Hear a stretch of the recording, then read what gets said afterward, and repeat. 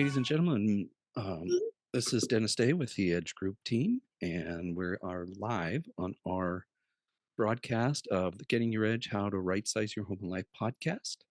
Our guest today is Representative Adam Smith from Washington 9th District. I'm here with my co-host, Judy Gratton, and we're here to discuss the implementation of a bill. You want to give us the name? It's pretty long. It is End Hedge Fund Control of American Homes Act. And it's my understanding, Congressman Smith, that you and Senator Jeff Merkley are the two people that are presenting this bill. Is that correct? Yeah. There's a bill in the House and a bill in the Senate. So it's a companion legislation. Oh, good. Very good. And Senator Merkley is from Oregon, correct? Correct. Yes. Yeah. Okay, there you go, Dennis. Awesome. Well, let's get going. And if there are any questions that come in, I would prefer them come in the chat so that we don't have interruptions, and then we can alleviate any problems that might come up with inappropriate content. So we'll have a question and answer period about 3:45. This is a live stream, and you may disagree, but we agree to disagree and respect each other's opinions with a respectful way. So get started. Representative Adam Smith, tell us what this bill is and why it's needed. Well, it is focused on a particular aspect of the housing market, and that is something that's just sort of come up here in recent years, where you have hedge funds, basically large money funds, that are buying up homes. And they buy up primarily what is thought of as starter homes. In other words, the homes that people would initially be able to afford as sort of a first-time home. And they're buying them up so that they can then rent them out. But also, they get the value as real estate goes up in price. They bought the house, they get the value of that. And the reason this is a problem, and I want to be clear on one thing, this is not the biggest reason that housing has become so expensive. Lack of supply is the biggest reason that housing has become so expensive. But this is a contributing factor, and it is growing. At the moment, it's about 3% of housing stock. But in certain key areas, it's much higher than that. And I forget the communities exactly, but I think it's like the Atlanta, a lot in the Southeast, sort of the suburbs of large cities like Atlanta, Jacksonville, that kind of thing. And so it drives up the cost, because when you have a large hedge fund with hundreds of millions of dollars at its disposal, sometimes billions of dollars, they come in and they make cash only offers, no inspections, no nothing. And it's really hard for someone trying to piece together the down payment for their first home to compete with that. So they get driven out. But the bigger problem is something that is actually, I think, the largest economic problem that we face right now. And that is the concentration of wealth. What has happened over the course of the last 50 years is we've seen this massive shift in wealth towards investors and shareholders. They've figured out, companies, how to reward their investors and shareholders more than they reward their workers, and certainly more than they give back to the community. So this has happened in a number of different areas. I think of the family I grew up in. My father was a ramp serviceman for United Airlines at SeaTac Airport. He was a baggage handler. And the last year he worked, the year he passed away in 1985, he made $16 an hour in the city of SeaTac. And he bought the house that we lived in 10 years before that for like $15,000. And then you look at how much the cost of housing has gone up since then. That same house lists for about $500,000 on Zillow. Now, the wages for your average baggage handler have only gone up to like $29 an hour, maybe. Nowhere near keeping up. And United Airlines, the company he worked for, the shareholders are doing great. And that's where all the money goes. So now, if you're a blue-collar person, you're trying to make it in the world, where do you find your wealth? You find your wealth primarily in two places. One, the job you work. What are they paying you? All right. Two, what has worked for a lot of blue-collar families is housing. You scrape together the money, you buy that first house, it goes up in value, and then you're able to buy another one. Well, now what the same corporations have done, where they've come in and they've taken the wages and put them into shareholder value, now they're going after sort of the last bastion of blue collar wealth creation, which is the value of your house. They're getting that increased value as the housing stock goes up. They're the ones who have bought it and they're renting it back to you for a higher price. They just shouldn't be sucking the wealth out of communities in this way to reward people who already make an enormous amount of money.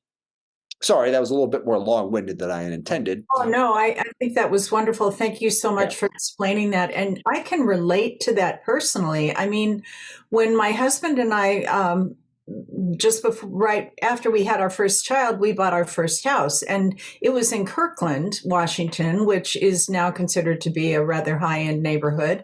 And it was just a very modest 3-bedroom, 2-bath, little 2-story home. And I think we paid $80,000 for it. 68. Or 60, he's behind me, 68,000.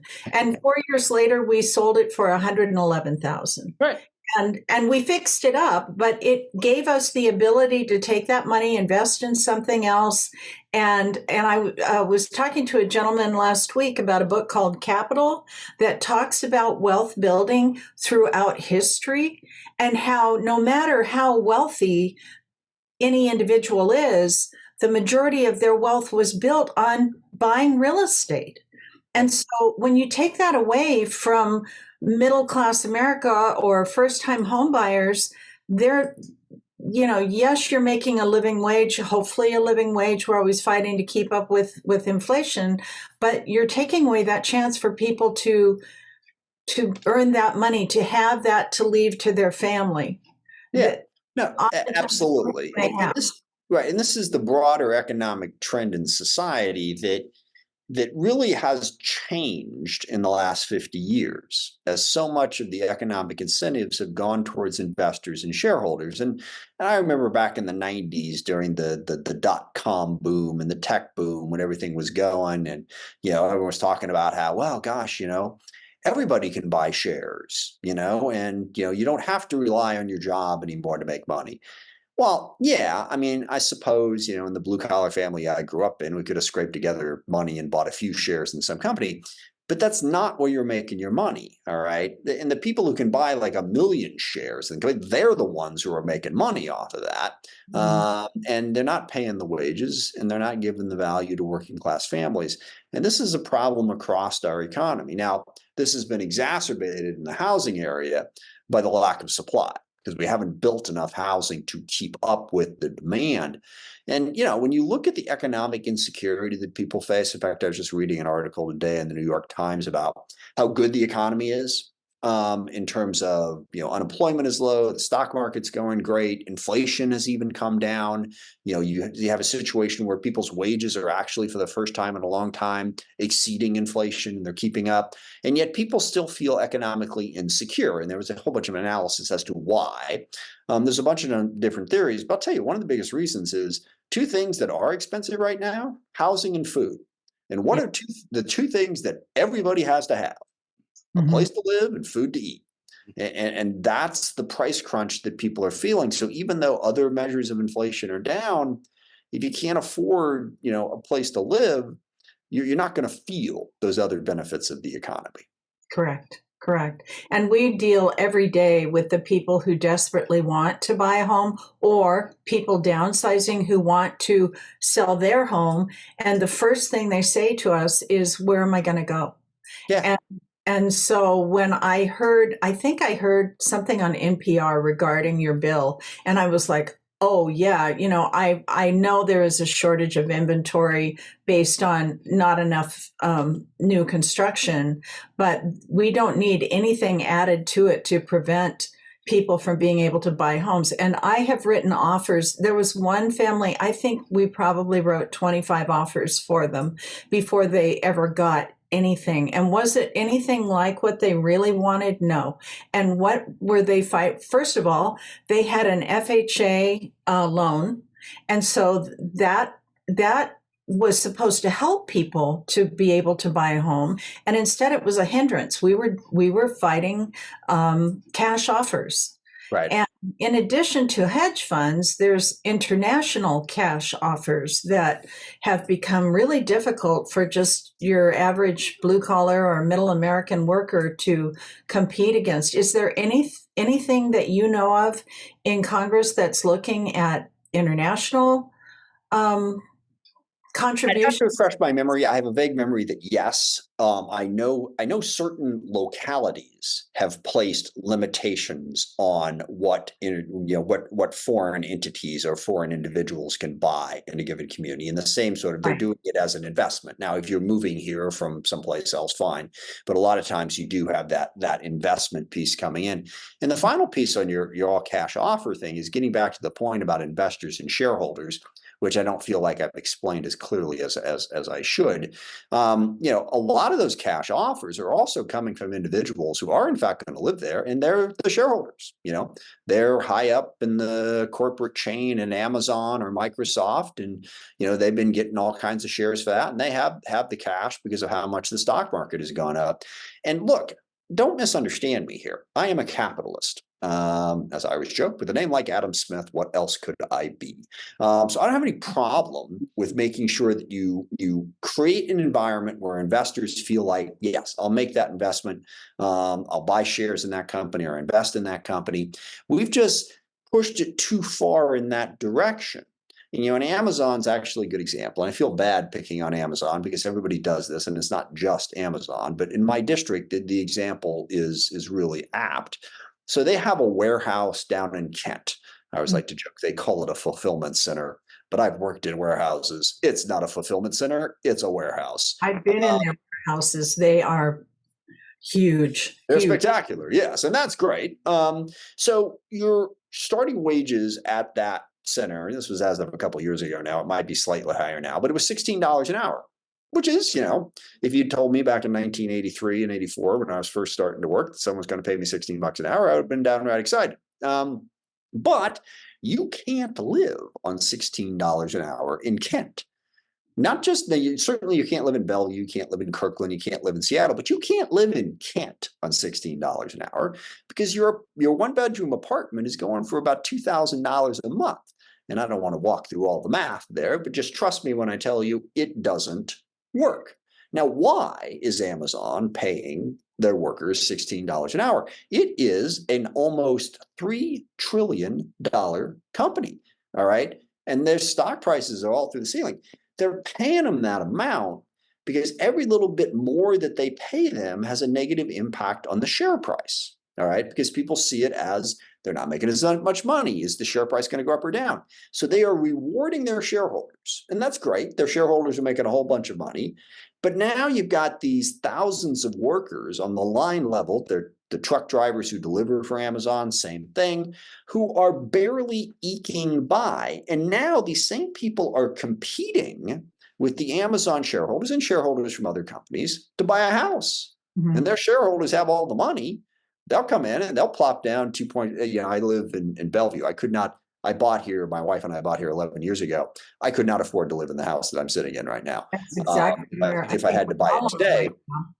Right. But they, so now you got to compete against these people who come in and make a $2.5 million cash offer. There was one home in Bellevue that sold for 100% over asking, and they tore the house down. Right. That's the kind of thing that there's just absolutely no way for the average American to grow that wealth like you're talking about if they can't even get in. So here's what I want to see happen. Okay. I want to see those workers in those warehouses in Kent making $35 an hour. And the share price would come down a little bit. It would. Okay. So, the executives who have 1 million shares or whatever, they'd make a little bit less money. All right. But then the people down below would be able to buy food, send their kids to college, maybe, depending on the college, and get a place to live. And that's what's just completely out of whack. And I wonder, because, for instance, we have a little condo that we have down in Long Beach that we go to frequently, and it is very much a resort community for the most part. People go down there to play and have fun and whatever. And the You're people talking Long Beach, Washington, I assume? Long Beach, Washington, Not yes. not Long Beach, California. Yes. No, but I Yeah. think this would probably be true in any case. And Yeah. I don't care what part of the country you're in, but the people that provide the services for the people that go there, live there, the checkers in the grocery store, the gas station people, the cleaners, the whatever, they can't afford to live like you're saying, like you were saying about Amazon. In the communities where they work, they can't afford to live close enough to even work there. And Problem is spreading. well, some of them are homeless, to be honest with you, and that's a thing that I never ever thought I would see in this country. But and some of them are living in like fifth wheels in their parents' front yard. I know, I've talked to them, and it's just shocking to me. It's just, and I so applaud what you're doing. I had another question for you along the lines of the hedge fund purchases, and I don't know if it's hedge funds or corporate purchases of manufactured home parks where seniors live. And I have clients that I've sold homes to in these parks that they're getting to the point now, because the space rents have been risen so high that they're on a fixed income and they cannot afford it. And nothing. Is that part of your bill to look into that sort of a thing? Because they can't move those homes. If they do, they can't sell them because they are expensive enough now that most people have to get a loan. And you can only move a manufactured home once, and after that, you can't get a loan. Yeah. No, it is not covered by my bill, but it is also part of the problem. And would definitely, I've spoke with my staff or emailed with my staff about this earlier today. We will look into that aspect of it, which is basically corporations, hedge funds buying up mobile home parks, and then pricing people out so they can come in and build what they want to build. Look, the thing on television, probably, I saw it probably 2 years ago, showing a busload of potential investors driving through a manufactured home park in Florida so that the entity, the hedge fund or whatever, could show them what a great profit maker this was for them. And these were just people trying to live in their home and with a set income that they could afford when they bought there. And I was appalled. At some point, when we don't have the people to support the economy on the bottom, the ones that need to buy food and need a place to live and whatever, and they can't do it anymore, doesn't that affect the shareholders? Don't they see that? It's not trickle down, and it's maybe trickle up. I don't know. Yeah, well, actually, Nick Hanauer, who's a local, ironically, one of the early investors in Amazon, but Nick has written a lot about precisely the problem you just described, and he refers to it that we need middle out economics instead of top down economics. And the point is that, yes, the broader economy becomes hard to sustain if you have too many people who can't afford to buy anything. And yes, that could eventually bring things down. But sadly, folks are able to sort of just concentrate on higher end markets and figure out how to make this work so they can keep this going for a longer period of time, even as a substantial percentage of our population finds themselves in the economic trap that you just described so well. Mm-hmm. So I have a question. I just read in LinkedIn that the top 20 hedge fund managers made record profit in 2023, $2 billion more than 2021, $67 billion. This is 20 hedge fund managers.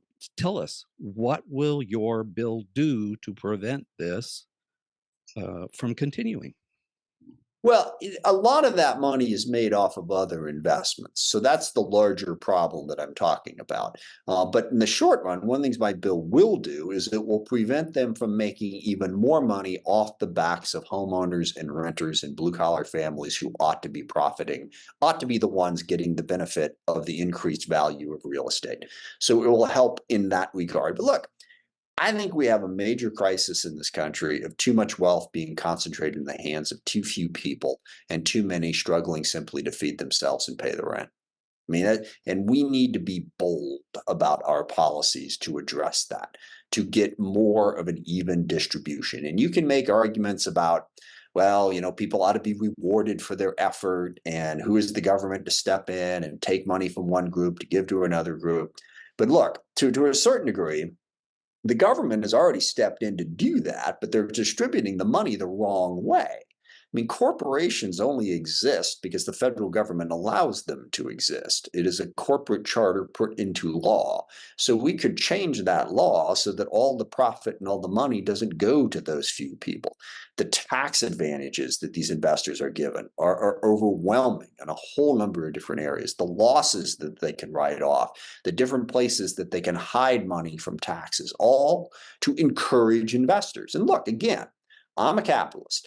I don't want a socialist run system. I don't want a system where the government owns the means of production. I understand what that does, but there is a balance here. And we have lost that balance. And that's just the it. power. It's not an either or, it's both. We can do both. We used to do both. And, and we don't anymore. And that's why I so support what you're trying to do with this bill. And I did have another person, we invited several people to listen in today, and she sent me a long text and was also referring to the corporate takeovers of many businesses that are childcare, veterinary services, pet grooming services, auto repair. Those were some examples that she sent to me. And I healthcare. Oh, well, healthcare is, we all know most problematically because, and this is the battle with, for-profit companies. And here's the thing, you're always striking for that balance between, you want to make sure that investors get a reward, you want to make sure that workers are paid a decent wage, and you want to make sure that the companies take care of the community that they live in. But once you get into, publicly traded companies, the share price, it can always be a quarter point higher. Okay. You can always slash one more thing to drive up your profits and your revenue. And then you take profits and you put them into stock buybacks, which are not taxed, but drive up the price of the shares at the expense of reinvesting in the company for the workers in the community. And so that small group of people that's able to get into that shareholder world that can then make all of that money, that gives them an enormous amount of power and leaves everyone else struggling to pay the bills. Struggling to pay the bills, and that's the reality. And how would this bill implemented, what would it say? What would it do to change this dynamic? Well, first of all, it initially bans any sort of hedge fund. I forget. I think the value is over 50. If you have over $50 million, it's over some threshold. If your fund is over this amount, you can't buy houses anymore. You can't buy them for investment purposes. And then on a sliding scale over the course of 10 years, it requires those funds to divest the houses that they do own. So basically, it's a ban on those sorts of hedge funds purchasing residential housing.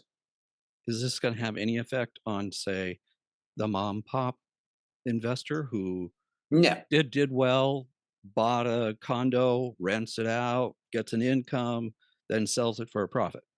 No, that's why we set that threshold, valuation. Because my in-laws, they moved to Portland 30 some odd years ago, and they started buying up property just like this, starter homes, and then my father-in-law was a very talented craftsman, so they would rebuild them, and then they would maybe rent them out for a while, or then sell them. No, you're that so, and I know a lot of people. That's another way that the blue collar people make money if they can afford to do it, and have the skills. So no, it does not affect that. Okay.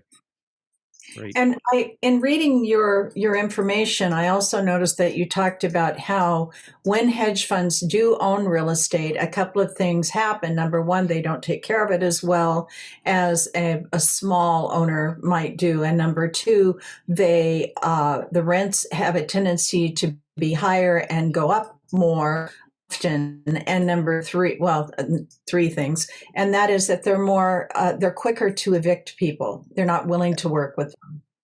Absolutely. Yeah, we ran into that, no question, both in during the pandemic and then also during the financial crisis, the Great Recession in 2008, to 2011.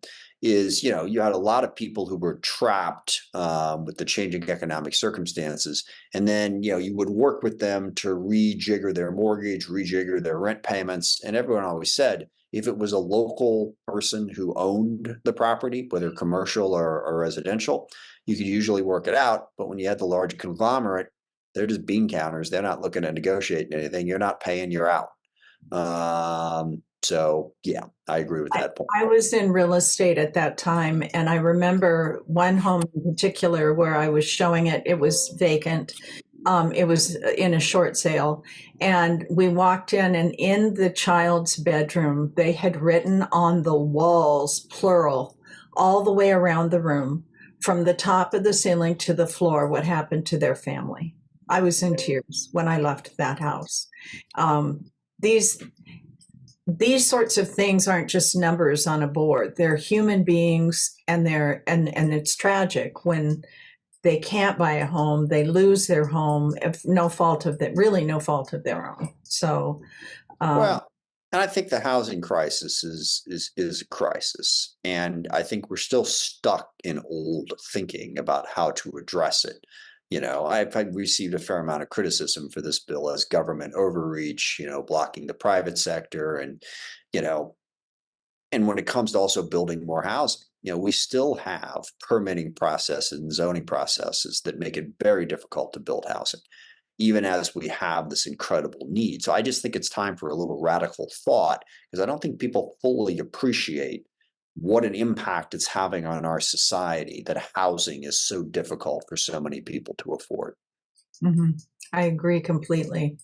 And I just, I also at one point a couple of years ago heard, and I don't remember what source, that there were literally entire neighborhoods being purchased up by hedge funds, Oh yeah, no, not it's just one still house happening. here Oh yeah, yeah, and a yeah. house No, that's there. what they're doing is wherever a house comes up for sale in these neighborhoods, and then they control the market. Okay, you're coming in to rent a place, they own all the places. So you have to pay what they're willing to pay. Now, again, one of the things that really empowers them is the limited supply. Mhm, Now, I mean, also the more you've got these large corporate investors, owning property, the less incentive they have to build more. Okay, because they build more, they're just driving down the price of their rental properties. So, mhm. yeah, it's all kinds of bad to have these groups coming in there. I mean, look, it's not dissimilar to the subprime mortgage crisis, where they figured out a way to commoditize mortgages and then sell them and take the profit. Well, now they're commoditizing single family homes to also take the profit. Would this Well, I include investing in things like multifamily apartments or condominium complexes? We don't touch multifamily apartments in this bill. And yeah, it's a slightly different situation. But again, I would think it would be a problem if too many apartment buildings were owned by hedge funds, for the reasons that Judy just mentioned a minute ago about how they approach ownership of rental property differently than a local mhm, company or a small investor would. mhm. Well, how much chance does this bill have? Where is it at in the process? Yeah, at the moment, it has no chance to move through this particular Congress. I mean, the Republicans control Congress. They are not inclined to be supportive of this Mhm. because they support business more than they support the individuals in this context. But what I'm trying to do is spark the conversation so that one day soon this will be passable. It will grow in bipartisan support and move forward. I've always said about politics and public policy, you have to be patient and persistent. You rarely come up with an idea, and a month later it's enacted. It's the nature of our system that you got to work through the process. So this is the first step in building the level of support necessary to hopefully be able to move this legislation forward. Well, as realtors, I, you know, I personally, and I think I can speak for Dennis, part of the reason I got into this business is because I wanted to see people be able to buy homes to live in, not just to get a commission, but because it's important for us to all have a place to feel safe. And so that is again why when I heard what you were doing, it really resonated with me as a realtor to want to be able to support the idea of middle class America being able to own their homes. And anything that we can do to help spread the word, that's what we're trying to do here today. Please don't hesitate to let us know. You and your staff have just been incredibly accommodating to come and do this with us. I know you're very, very busy right now. There's a lot going on in the world, that is for sure. But this is an important issue, and I appreciate you giving me the chance. Right now, to purchase a median priced home in King County, they're estimating you need $180,000 as a family. Yeah. Yeah. And we are in a high wealth area.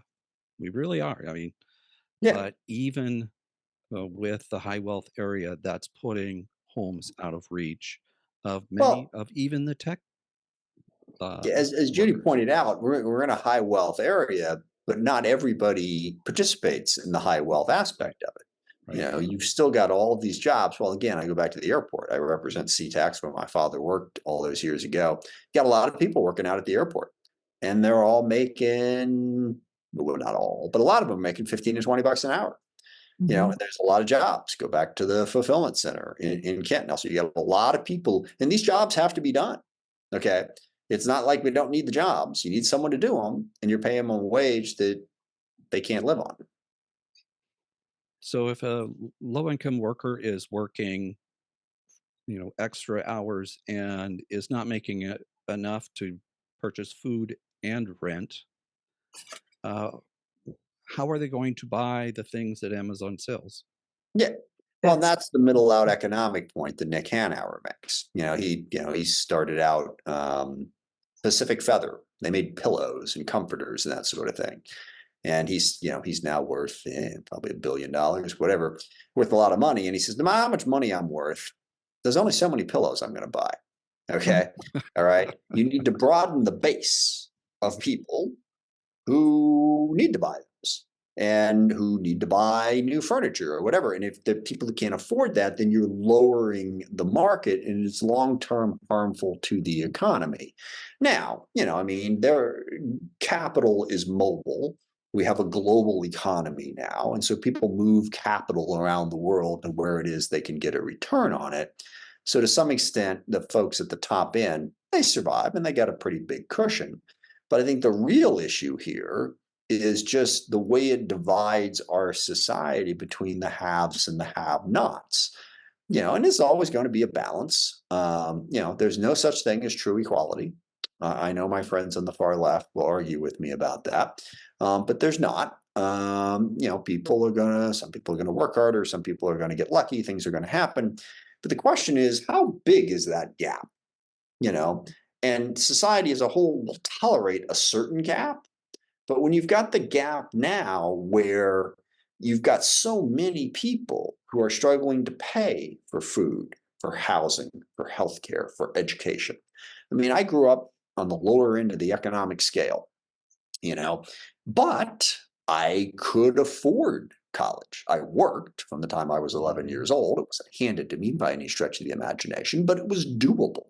And I bought my first house, right before I met my wife, for $94,000, a townhouse in Kent in 1992. Okay, and it pushed me a little bit, but I was able to do it. You know, now you've got this huge gap where people can't buy a house, struggle to pay rent, can't afford the education without going hopelessly in debt, and struggle to pay for healthcare. And that's a concentration of wealth that is leaving too many people too far behind. Mhm. How can tax reform help on this?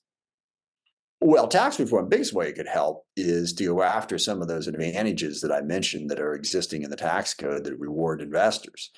sort of heads I win, tails you lose sort of scenario where they make money, they get to keep it. They don't make money, they get to write it off. There are all kinds of things in the tax code that make it easy for people making a ton of money to not pay much in the way of taxes. It's not the rates so much as it is the write-offs and exceptions and deductions. So yeah, if we were to reform the tax code to take away those write-offs and simplify it, that would make a huge difference as well. Okay. Just I stopping the government. I mean, I hear people saying we need, and it's like, okay, then what? How are you going to maintain the roads? And I've heard Right. people say, that I don't want to pay my taxes. Well, that's great, but the hospitals, the policemen, the schools, the all the things that you take advantage of will be gone. Is that what you want? I don't understand it, and I don't think That's that's part, yeah. really what people want. I think like you said, where everybody gets to make something. No, it's not going to be perfect. Yes, there'll be people at the lower end of the spectrum and at the higher end of the spectrum, but that gap does not have to be this large. Not Well, in and this that's, country. yeah. Sorry, that's part of the process. It's funny. I smile because you're taking me back to one of the earliest conversations that I remember from my political career and making people understand what taxes go to. And look, and the government's got to work to be more efficient and more effective at all of that. But I was campaigning for re-election back in 1994 when I was in the state senate, actually, and I was doorbelling in Normandy Park, which is a nice little community in the South End. It was in the 33rd legislative district, and 1994 was a very anti-government year. Democrats, I'm a Democrat, were in trouble. People were upset, and I knocked on this door, and this very nice, I don't know, 50-something woman answered the door, and she was upset about where government was going, and as a Democrat, I was bearing some of the responsibility for that. She said, I don't know, my husband and I, we've worked hard all our life. We've never gotten anything from the government. Put 3 kids through college. And our taxes just keep going up. And I said, well, where'd your kids go to college? And she said, well, they went to the University of Washington. One went to Highline. And I said, well, you realize that, taxes pay 2/3 of the cost of that education, which at the time was true. And I said, and did they go to Mar Vista Elementary right around the corner? And well, yeah. And there's the library around the corner. You ever go to that? Yeah. And, and do you go to work and you drive down these roads? And, we had this conversation. She said something to me that I love this comment. After a while, she stopped and she just looked at me and she said, well, I guess I'm just not as good at arguing as you are. And I'm thinking to myself, no, ma'am, no, you're wrong. Yeah. Okay. And there's nothing wrong with that. But I love that line. I'm just not as good as arguing as you are. I'm going to remember that one. I can use that. But yeah, so that's the balance we're trying to strike. So, and look, I mean, we in government, I think Democrats, we have not done as good a job as getting taxpayers the value that they should get out of the money they give us. And we got to do a lot more work on that, whether you're talking about things like the Regional Homeless Authority that was an utter disaster in King County, the way our criminal justice system is run, the permitting process on building housing. There's a whole lot of things that we could do better. But at the end of the day, if you're going to have a fair, civilized society, you're going to need a balance between the private sector and the public sector, between government and private companies. And I always try to work to find that balance. Judy and I built our business around helping downsizers, people who have lived in that family home Yeah. for a long time. They've been able to generate quite a bit of equity. But when they sell that home, they are taxed over individual $250,000 on capital gains, $500 as a couple. That number has not changed for decades. And in 2013, King County's median price for a home was about $220,000, and now it's Right. $765. So people who are elderly and they're ready to downsize, and they're a single person, maybe widowed, they're being taxed greatly on the equity that they have accumulated. Is there any discussion about at least raising the thresholds of those capital gains. Yeah, there is from time to time about what that threshold should be, and I think it's a fair argument to ask whether or not it should be raised. But also, again, if we're going to have government function and be fairly funded, you make money, you pay taxes, and capital gain is one area where you're making money. Should the tax be as high as it is? We can certainly have that debate. But you would also, if you made substantial changes to that, you would sweep in a lot of people who are very well off. Okay, depending on how you do it. So I would have to weigh those equities between giving another sort of upper middle class tax break, of which there are many. And I'm weird. I'm kind of upper middle class, and I don't mind paying taxes. I feel like I've been fortunate. I've been lucky, and paid it up. And so we do. So that's I would have to try to balance those equities, but certainly at this point, raising what the rate is I think a justifiable argument.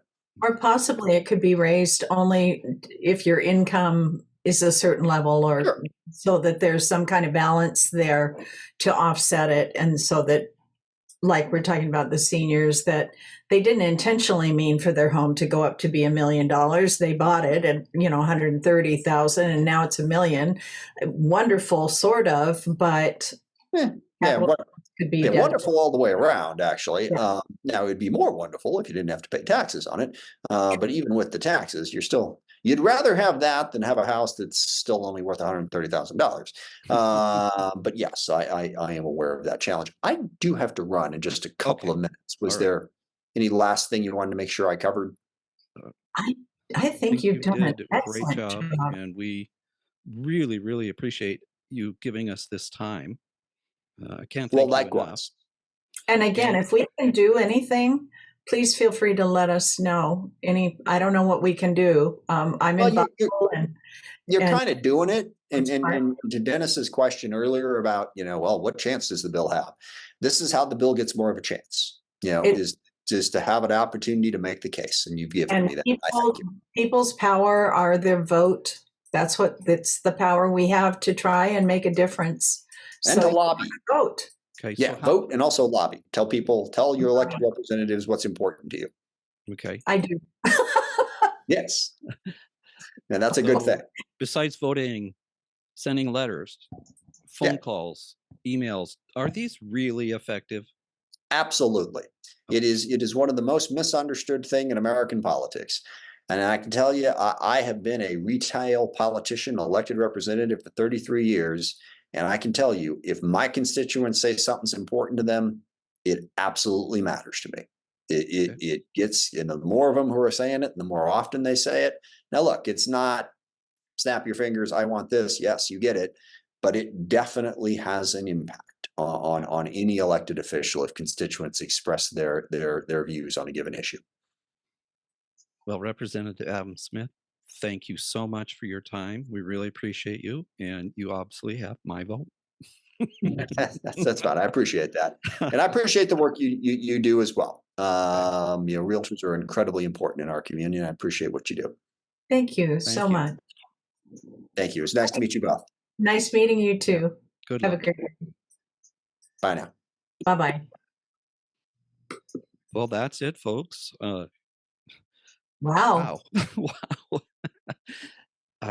If you have any feelings, positive or negative, about what we've discussed, contact your legislator. Adam Smith is in my district. I voted for him for years, and I truly appreciate what he is offering, and thank him for coming on. Any last comments, Judy? Just, I think, to underline that reach out to people in Congress, both state and federal. Let them know what you think. Vote. You've got to vote. It's the only tool you have. And I think not too long ago, there was a show there was a thing on the news about a vote in a small town here in Washington that came down to one vote between, I think the guy they were both running for mayors, and one of them voted for himself and the other one didn't. Yeah. And that one vote made the difference. So your vote counts. It always counts. And maybe we could put in somewhere in the recording a link to register to vote, at least in the state of Washington. We can do that too. And we can include a link to contact Representative Adam Smith. Right. And we were going to add a copy of the talking points on his bill. Mm-hmm. And anyway, we'll have that all together on our YouTube channel. Is that correct? Or where is it going to be? Yes, sure. or you will have the audio downloaded and ready to go, dropped tomorrow by 9 a.m. And we'll have the video up as soon as possible on our YouTube channel, Getting Your Edge, How to Right Size Your Home and Life. One thing I don't think that was mentioned, and I read it in his points, and it's when you give numbers, I think it really makes a bigger impression, and that is that currently in the United States, 574,000 homes are owned by hedge funds. Yep. And last year, in 2023, they purchased 23% of all single-family homes in the country. So that's kind of a big deal. And that's why it's so important. And call your representative if you want to see basically allowing middle-class America to go back to buying their own homes in their country. That'll be a start. And maybe if that happens, then construction, one thing will change another, and then maybe that will initiate more new construction in the areas where it needs to be. So again, call your representatives, tell them that you want them to consider this bill, and we'll have it in the recording for you. Well, I just read the MLS, and the Northwest MLS covers most of Washington State. There's a few counties over in the southeast portion that it doesn't cover, but closed listings was down 26%. That's, a quarter fewer, and it hasn't been this low before 2013. There is fewer homes to buy. And if the hedge funds are buying a quarter of those, that means you're left with 50% less homes to purchase. Fortunately, the prices have not risen because of the interest rate. However, they are anticipating, I just read a thing today and posted on it in our social media, that in general, all the different companies that look at what's going to happen to appreciation is saying that there will be 2% appreciation in 2024. And so, that doesn't sound like a lot, but it does significantly raise the price of what a home is. Watch out if interest rates get below 5. Mm-hmm. It's going to be crazy time again. Yeah. So if you are thinking about buying, please feel free to reach out to us. We're happy to discuss what your options are so you can make an informed decision. Yeah. That's it for Getting Your Edge, How to Right Size Your Home and Life podcast. I hope you got some valuable information from this. That's it. Goodbye. Goodbye. Thank you, Dennis. Thanks for watching.